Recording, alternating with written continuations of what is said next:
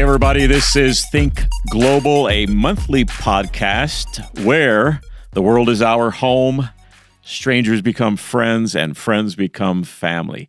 My name is Tim Davis, and I am a co-host here with my good friend and buddy, John Smith. John, how you doing? Hey, I'm good. How are you? I'm doing rather well today. Okay, good. I really am. It's a busy week for us, but it's a good week. It's awesome. And one minor correction. You said this is a monthly podcast, but we did take the month of July off. So if you're wondering where we've been, you didn't miss anything. Your Spotify or iTunes or wherever you listen or watch is not broken. We took a month off. Right. We were in different parts of the world as we began July. Yeah. And so I take full responsibility. We were going to record a podcast when we were together in Istanbul. Yes. And then I blew it and we didn't record it. So, right. Hey, here we are. Yeah, we had more fun just hanging out on the beach than we did anything else. Anyway, not really.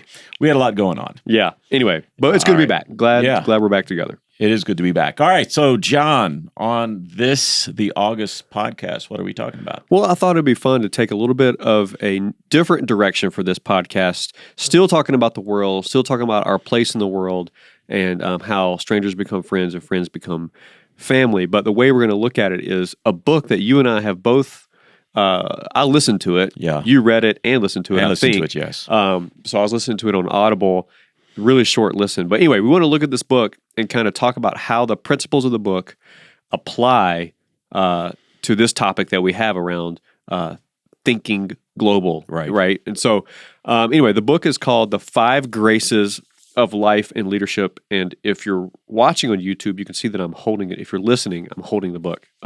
It's by Gary Burnison. You can pick it up on Amazon or wherever. But the 5 Graces, it's an acronym. Yes. And we're going to go through each letter of the acronym and talk about how that applies to the world becoming our home, where strangers become friends and friends become family. So not just a book review, but an application of the book to the topic of the podcast. So real quick, and we'll talk about each one individually, but real quick, what are those? What are the acronym for grace that we're going to talk about? Yeah, we'll do that. But let me I would say, I think we both agree, this is a highly recommended book. It's a simple read, easy listen, great coffee table book, great quotes. Yeah. So we would highly recommend it to you, that you pick it up or download it on Audible. Yeah. So I think I have a roughly almost 30-minute commute to the office, and I can listen to the whole book in one round trip. Right. That's exactly right. Simple. So it's quick. Yeah. All right. So GRACE, the acronym, it stands for, first, gratitude, resilience, aspiration, courage, and empathy. All of those, the author would argue, are essential for a leader to lead in life well.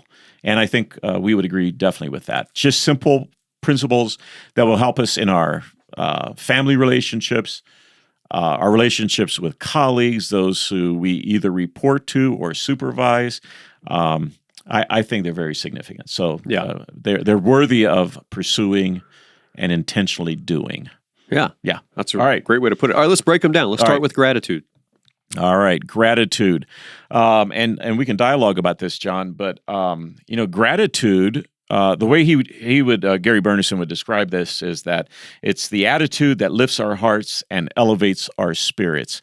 And truthfully, gratitude is something we do towards someone we want to say thanks to or show gratitude for. But I love what he says, that it lifts our hearts and our spirits. There's something valuable about saying thank you that actually does something in my own heart and my own spirit. So that's a cool thing about gratitude, is that it makes us actually a little more positive about our own life, and it lifts our spirits. It's a good thing. Yeah, there's a principle or advice that I hear often is like, every morning, get a cup of coffee and write down 5 things I'm grateful for, just to start your day with gratitude. Right. But to your point, can I give a real practical example of gratitude?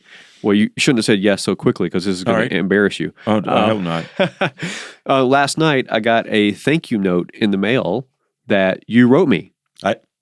Yes. It was your handwriting. Don't act like you don't know. Oh, no, I did. Yes, I just wrote you a thank you note. You did. Yes. But, okay, so that lifted my spirit to get the thank you note, but also I would imagine, I'm projecting, but I'm imagining, it lifted your spirit to write that and have to recount why you were grateful, because Right. it was a note of gratitude. Right. You know, thank you for this, thank you for that. Right. And anyway, well, I'll give people context. My wife and I took you out because Right. your wife was out of town for your anniversary. So we Right. said, we're going to take you out to dinner for your anniversary, so you're not sitting at home by yourself. Right. And you wrote me a little thank you That's note. right. And anyway, so to what you said about it lifts your spirit Right. to think about that and write that. It also Right. lifted my spirit on the recipient end Right. of it. So anyway. Yeah, and if people thank you for bringing that up.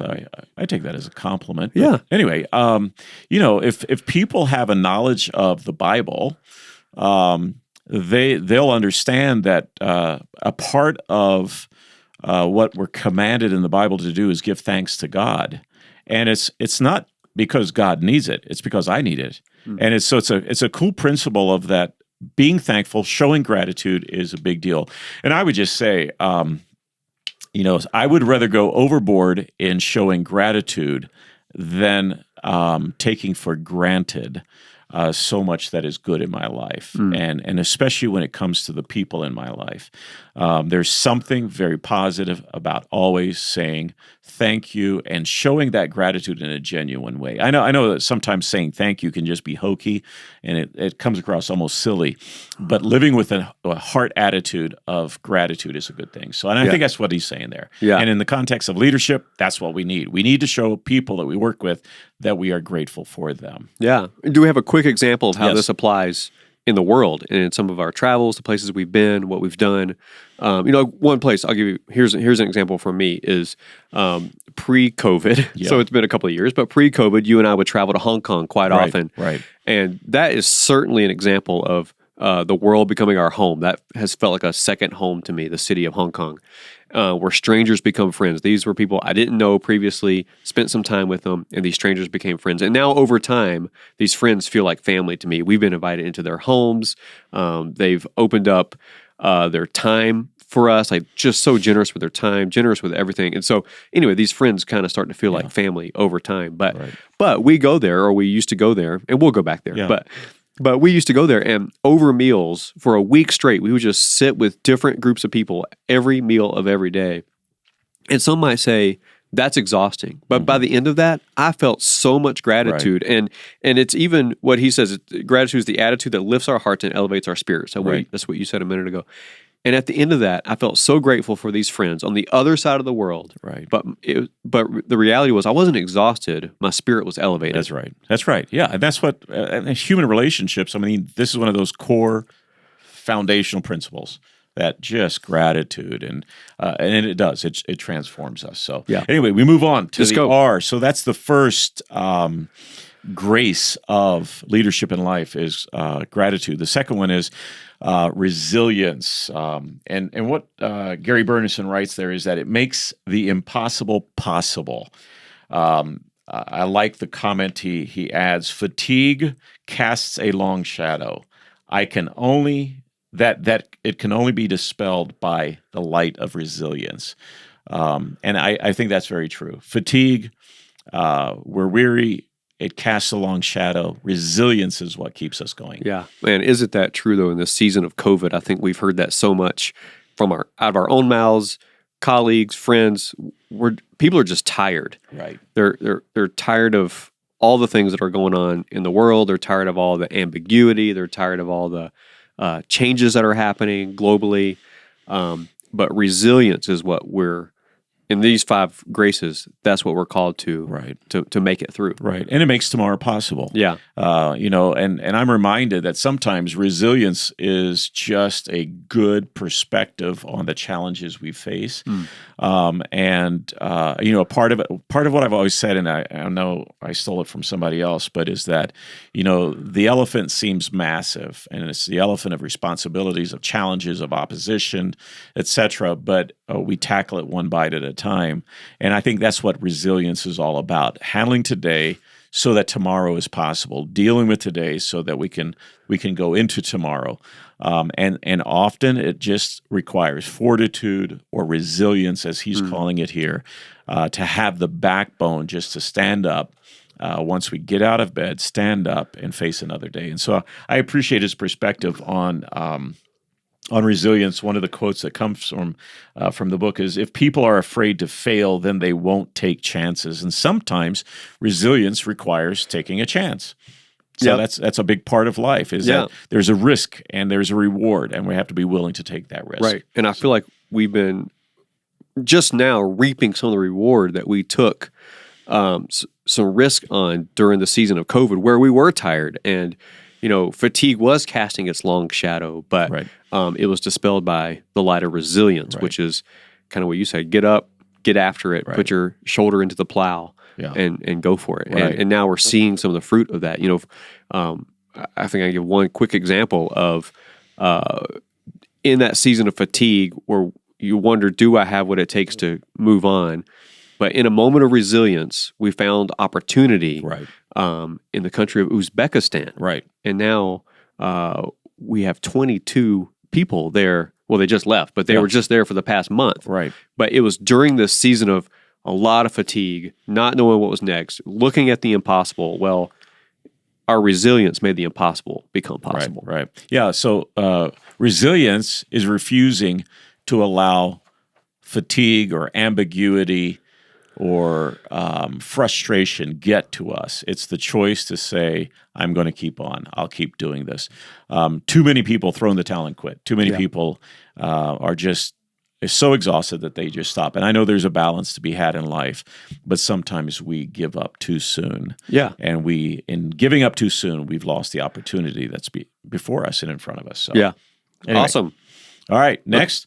Let's do the next one. All right, so we got gratitude, resilience, and the A in grace is aspiration. Yes. And I knew you were going to say that. I was going to say, I know you love that one. And yes, aspiration is, I love that, the word. I love how it feels.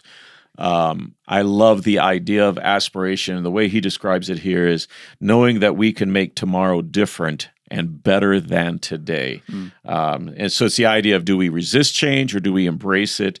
Aspiration balances where hope meets reality. Realism on one side and reassurance on the other, with reward and risk in between. And so it's the idea of the aspiration for better, the aspiration for doing something that makes a difference for tomorrow. I do love that word. It feels right. It feels right. I know. And I love that. To me, it's kind of a word picture of realism on one side, a reassurance on the other, with reward and risk in between. Like, aspiration isn't, as a leader, waking up and saying, we're going to go march up this hill. And, like maybe in our context is, because we have a lot of teachers all over the world doing, and we're going to say, well, by the end of the month, we're going to put 5,000 new teachers all over the world. Well, that's great aspiration. That's right. But it's not balanced with realism. Yeah, that's right. It's not reality. But we can balance what we want to do with the realism on the other side. Right. And then in the middle, you put reward and risk. That's right. So you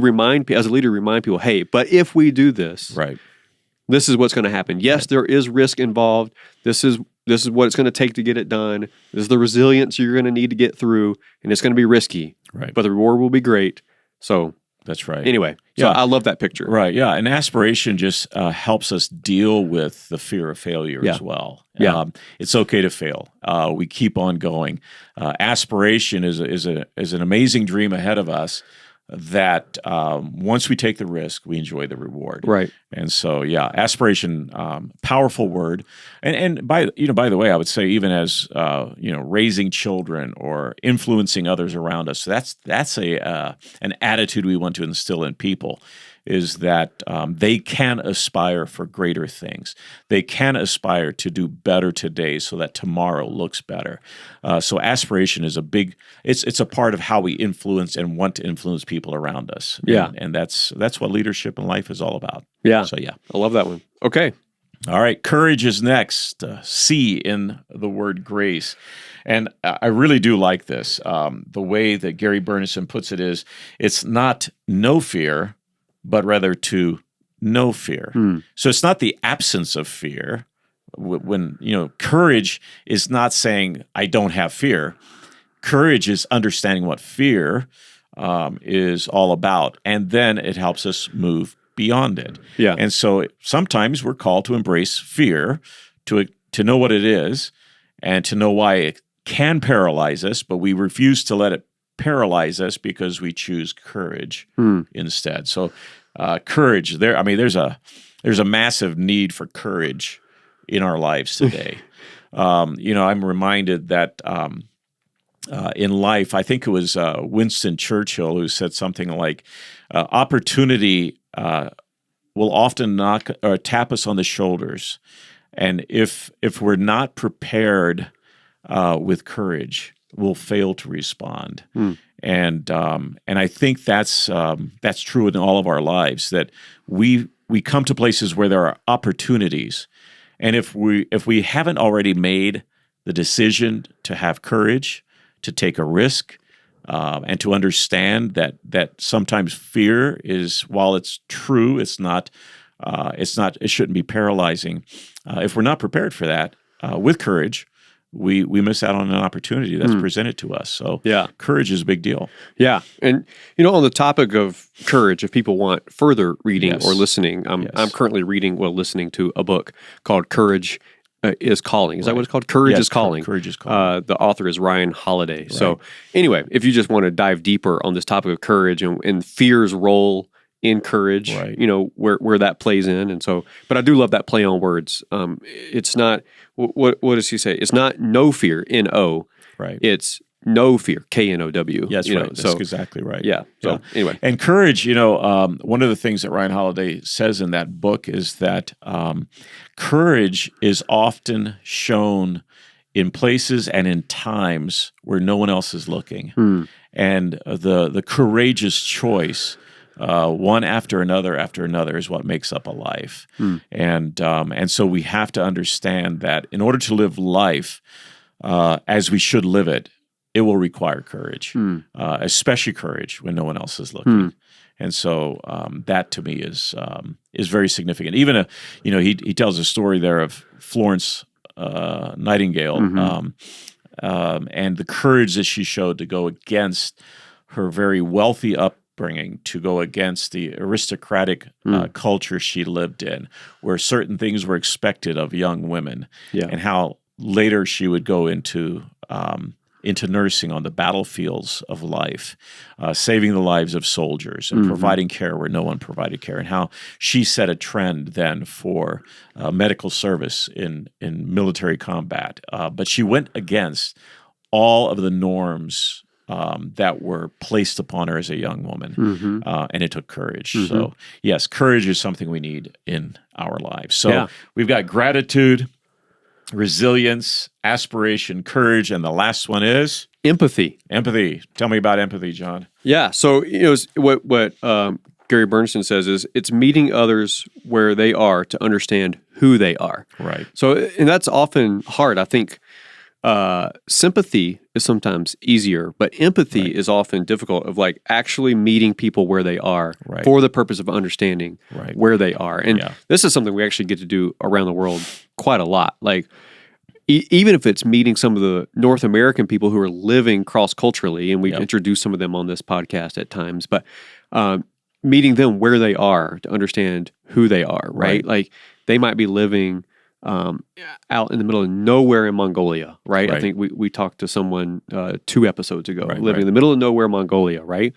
Well, we need to meet them where they are to understand who they are. Or you and I both have sat in the homes of refugees in some of the most war-torn places in the world. Right. And we sit in their home and, gosh, they're the most generous people. They bring out plates and plates of food and tea and all the things, and we feel not worthy to receive it. But meeting them where they are to understand who they are. I think those are really powerful moments in my life. Like you walk away with a new appreciation for people, for them, for the world, and you just feel this sense of empathy. Yeah. So anyway, empathy is a powerful word. What it means is that we have to refuse to live with tunnel vision, in the sense of often we only see our life, our world, our problems, and we forget that there are so many others out there who are living so differently, and we forget that we have the capacity to actually walk in their shoes. I love, again, to a biblical reference in Hebrews 13. The writer there says, "Remember your brothers and sisters in prison as if you were there Huh. and as if you were receiving their beatings." So, to the point that we have to embrace that I can put myself into their shoes. I can feel what they're feeling and respond to them. That's the whole point, is now how do I respond to them based on the fact that I've done my part to walk in their shoes, to understand what they've been through, the history of their people group or whatever it is.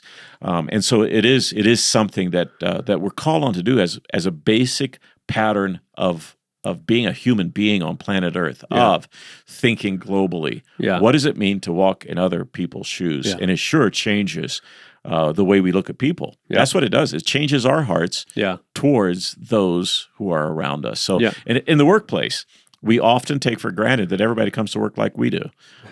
They're ready to dive in and dig in.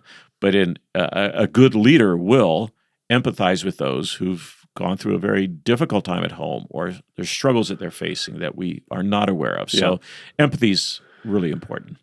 Yeah, I mean, you have no idea what other people are walking through. Like you said, you think they're coming in with your same mindset, whether good, bad, whatever. But the reality is everybody's unique, everybody's different. And to kind of take a moment to step into their world to understand them is super important. So, so the book is The 5 Graces of Life and Leadership. So what I've been thinking about as we talk, and I'm curious your response to this, is I don't know about you, but as a leader, I don't wake up every single day feeling like I'm firing on all cylinders of all 5 of these things. I'm not waking up every day feeling super grateful. I'm not feeling super resilient, or I'm not feeling like I have all the aspiration that I need, or I don't feel courageous very often. And empathy, I feel like I'm failing in that area a lot, of feeling like I'm letting people down because I don't understand where they are or who they are. So as a leader, encourage leaders out there, or aspiring leaders out there, who aren't feeling like they're firing on all cylinders with these things. Yeah, I would say that I think the first big deal would be just an awareness of it. I think to help my mind think through this, when I read the book, that's a part of what I put into my daily thinking. Not that I went through the acronym every day, I don't. But to be aware that, I should be an example of gratitude, and I should be saying thanks. And when people think of me, I want them to think, here's a guy who's grateful, and he's thankful for me. He's thankful for what I do. He's courteous in that way, and he's genuine in that way. And so I just began to think in terms of, during the day, like, okay, here's a moment for me to be resilient. Here's a moment for me to be courageous. Even, for example, John, you and I enjoy jeeping on off-road trails, and the idea even of courage. I have a fear of heights, and so even for me, just the idea of courage is, hey, just embrace this. It's okay. Take your time, be cautious, but at least tackle something that you're afraid of. That's courage. And so it's just, I think what's beautiful about this book is that these are attributes that should take place in our lives anyway. So it's not like a checklist. It's not like I wake up in the morning and go through these 5 points of grace, but rather it's like, just get this into my life. I want to be empathetic towards people. So begin to practice that. That's just, again, that's human dignity that you're showing towards other people. Courage. Well, I don't want to be afraid. I do want to be courageous. I don't necessarily think in terms of this acronym, but that's a quality I want in my life. And aspiration. I want to always be aspiring to a better tomorrow and a brighter future. And how can we lead this company, this organization? So I don't see this as a checklist, but I see it as 5 points to be aware of that are quality traits, characteristics that I want in my life. And often I can ask myself the question, have I shown gratitude to that one individual? Have I said thanks lately? Drop them a card, drop them a note, walk up, say thank you. Again, these are just qualities that should be in all of our lives. And Gary Burnison has simply just put them together in a book. Yeah. And so not a checklist, but more of, this is who I want to be, this kind of person. Yeah. Yeah. That's awesome. Okay. Well, the book is The 5 Graces of Life and Leadership by Gary Burnison. We'll put a link to Amazon in the show notes so you can have a shortcut to go find it, so you don't have to remember or write that down. So, all right. Tim, why don't you wrap it up? All right. Thank you. We consider you our friends. We're grateful for you. Thanks for tuning in and listening again to Think Global, where the world is our home, where strangers become friends and friends become family. All the best until we're back together again. Thank you, John. Thank you.